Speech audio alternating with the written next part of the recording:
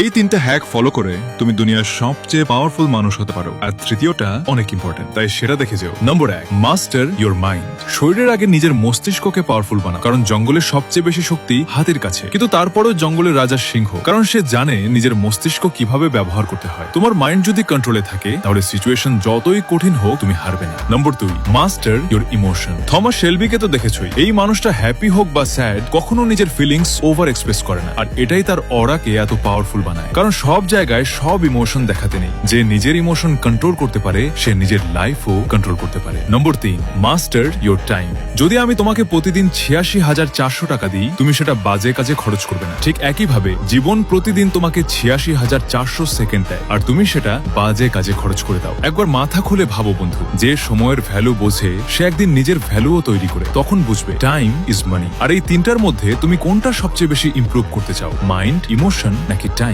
আর এমন mindset content চাইলে follow করে রাখো, কারণ পরেটা আরো ডেঞ্জারাস হবে।